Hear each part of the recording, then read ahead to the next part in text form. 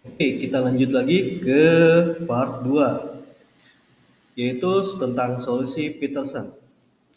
Berikutnya mengilustrasikan solusi berbasis perangkat lunak klasik untuk masalah bagian kritis yang dikenal sebagai solusi Peterson. Karena cara arsitektur komputer modern melakukan instruksi bahasa mesin dasar seperti memuat dan menyimpan, tidak ada jaminan bahwa solusi Peterson akan berfungsi dengan benar pada arsitektur tersebut. Namun kami menyajikan solusi karena beberapa memberikan deskripsi algoritmik yang baik untuk menyelesaikan masalah bagian kritis dan menggambarkan beberapa kerumitan yang terlibat dalam merancang perangkat lunak yang membahas persyaratan, saling pengecualian kemajuan dan menunggu terbatas. Nah, ini merupakan struktur proses P dalam solusi Peterson. Do, jadi dilakukan, flag I, true, turn J, while flag I dan turn sama dengan J, kemudian critical section, kemudian ada flag I sama dengan false. Nah, jadi ketika ada variabel bendera I, dia statusnya true, maka dia akan turun ke J, masuk ke J, kemudian ketika flagnya itu J, dia turn sama dengan persis J, baru masuk critical section. Kemudian dia flag I, statusnya false, baru remainder section. Jadi di sini ketika true, dia dijalankan dulu prosesnya sampai dia masuk critical section. Namun kemudian ketika dia flagnya udah false, dia masuknya ke remainder section. Nah, ini ketika statusnya while true. While true itu baru dilakukan, baru prosesnya itu dijalankan. Seperti itu. Solusi Peterson dibatasi pada dua proses yang melakukan eksekusi, bergantian antara bagian kritis dan bagian lainnya. Proses tersebut diberi nomor P0 dan P1. Untuk kenyamanan saat menampilkan PI, kami menggunakan PJ untuk menunjukkan proses lainnya, yaitu J sama dengan I1. Jadi ada dua proses. Yang di atas itu ada dua proses, ada proses I dan J. Jadi dua-duanya itu dilakukan secara bergantian. Kemudian 4, perangkat keras sinkronisasi. Menjelaskan suatu solusi berbasis perangkat lunak untuk masalah bagian kritis. Namun seperti yang disebutkan, solusi berbasis perangkat lunak seperti Peterson tidak dijamin dapat berfungsi pada arsitektur komputer modern. Dalam diskusi berikut, kami mengeksplorasi beberapa solusi untuk masalah bagian kritis menggunakan teknik mulai dari perangkat keras hingga API berbasis perangkat lunak yang tersedia untuk pengembang kernel dan pemrograman aplikasi. Semua solusi ini didasarkan pada premis penguncian, yaitu melindungi wilayah kritis melalui penggunaan kunci seperti yang akan kita lihat. Desain kunci semacam itu bisa sangat canggih. Kami mulai dengan menyajikan beberapa instruksi perangkat keras sederhana yang tersedia di banyak sistem dan menunjukkan bagaimana instruksi tersebut dapat digunakan secara efektif dalam menyelesaikan masalah bagian kritis. Fitur perangkat keras dapat membuat tugas pemrograman menjadi lebih mudah dan meningkatkan efisiensi sistem. Masalah bagian kritis dapat diselesaikan hanya dalam lingkungan prosesor tunggal jika kita dapat mencegah terjadinya interupsi saat variabel bersama sedang dimodifikasi. Dengan cara ini, kita dapat yakin bahwa urutan instruksi saat ini diizinkan untuk dieksekusi secara berurutan tanpa preemption. Tidak ada instruksi lain yang akan dijalankan, jadi tidak ada modifikasi tidak terduga yang dapat dibuat ke variabel bersama. Ini seringkali merupakan pendekatan yang diambil oleh kernel non-preemptif. Nah, ini definisi instruksi tes dan set. Boolean tes dan set boolean target. Boolean RV sama dengan target, targetnya itu true. Nah, ini pakai bahasa boolean ya. Nah, sayangnya solusi ini tidak dapat dilakukan dalam lingkungan multiprosesor. Menonaktifkan interupsi pada multiprosesor bisa memakan waktu, karena pesan diteruskan ke semua prosesor. Pesan ini melewati penundaan masuk ke setiap bagian kritis. Efisiensi sistem menurun juga pertimbangkan efek pada sistem ini jika jam terus diperbarui oleh interupsi.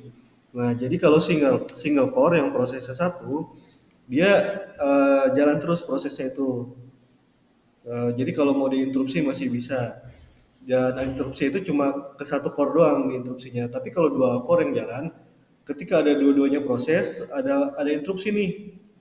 Nah, itu dua-duanya dipanggil juga buat interupsi. Jadi malah menghambat keduanya itu kalau ada interupsi.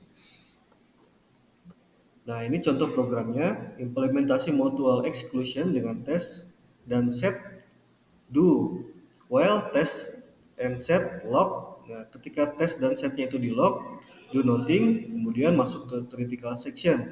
Kemudian lognya itu di false, dibuka lagi reminder section while true. Jadi ini ketika terjadi proses, dia dites dan diset, kemudian dikunci, kemudian masuk critical section. Udah itu kuncinya dibuka. Kemudian ada mutek logs, solusi berbasis perangkat keras untuk masalah bagian kritis yang disajikan dalam bagian 7.4 yang tadi. Rumit serta umumnya tidak dapat diakses oleh pemrograman aplikasi. Sebaliknya, perancang sistem operasi membuat alat perangkat lunak untuk memecah bagian kritis. Alat yang paling sederhana adalah kunci mutex. Faktanya istilah mutex adalah kependekan dari mutual exclusion. Jadi mutex yang ada di sini adalah singkatan dari mutual exclusion. Kami menggunakan kunci mutex untuk melindungi wilayah kritis, dengan demikian mencegah race condition atau kondisi balapan. Artinya suatu proses harus memperoleh kunci sebelum memasuki bagian kritis.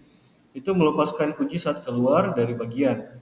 Ini yang saya sebutkan contoh pertama tadi, ketika ada flash sale yang diakses oleh banyak sekali user, jadi harus dikunci dulu, dalam istilah dia tidak bisa diakses oleh user lain.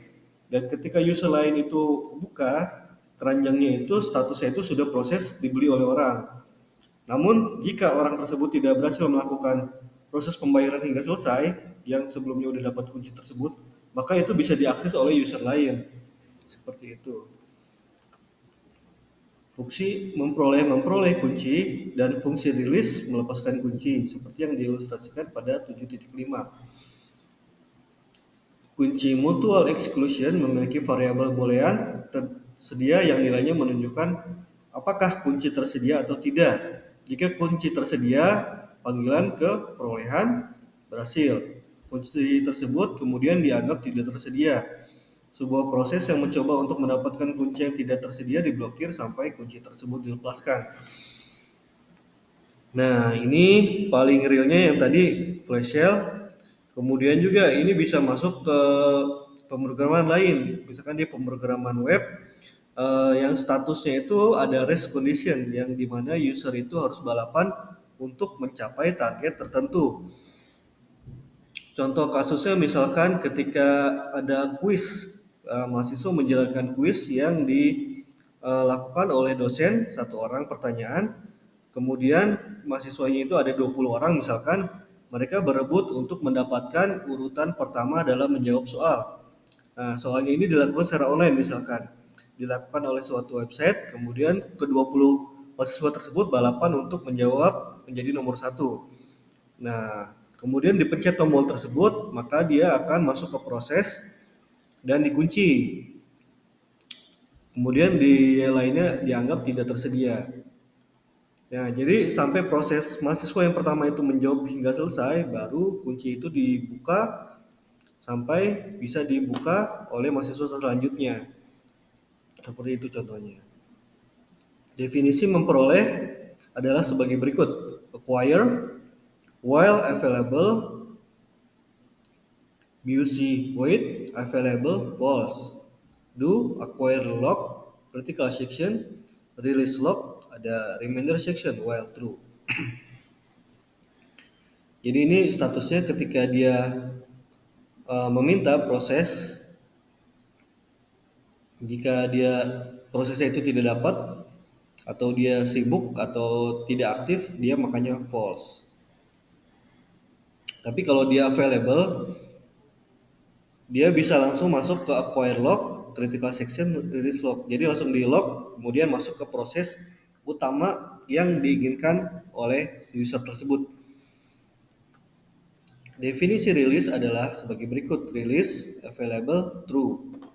Nah, jadi dilepaskan itu available true. Jadi bisa diakses kembali oleh seluruh user yang menginginkan proses tersebut.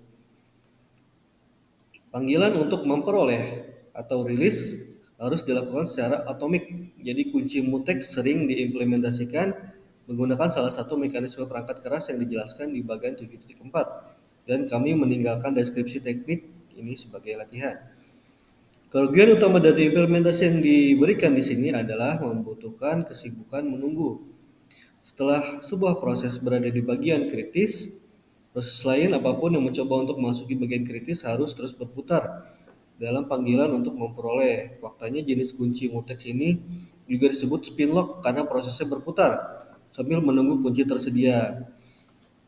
Jadi ibaratnya ada sebuah flash sale yang tadi contohnya nih, flash sale paling mudahnya contoh ada flash sale, kemudian user itu ketika statusnya di lock, eh, kalau yang user pertama available maka dia langsung dapat.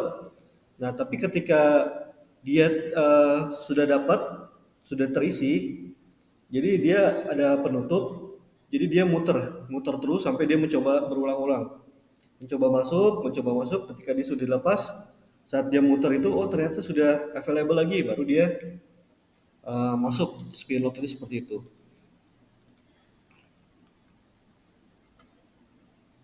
Spin lock memang memiliki keuntungan, bagaimanapun tidak ada saklar konteks yang diperlukan ketika sebuah proses harus menunggu dikunci. Dan saklar konteks mungkin membutuhkan waktu yang cukup lama, jadi jika kunci diharapkan akan ditahan, untuk waktu yang singkat spin lock berguna. Mereka sering digunakan pada sistem multiprosesor, di mana satu utas dapat berputar pada prosesor sementara. Proses lain ini melakukan bagian kritisnya pada prosesor lain. Di sini memeriksa bagian kunci mutex dapat digunakan untuk memecahkan masalah sinkronasi klasik. Kami juga membahas bagaimana kunci ini digunakan di beberapa sistem operasi, serta di peak threads. Oke, selanjutnya akan masuk ke bagian ketiga, part 3 yaitu semapur. Oke, untuk saat ini kita cukupkan dulu, silakan istirahat, minum dulu. Kita akan nanti masuk ke bagian ketiga.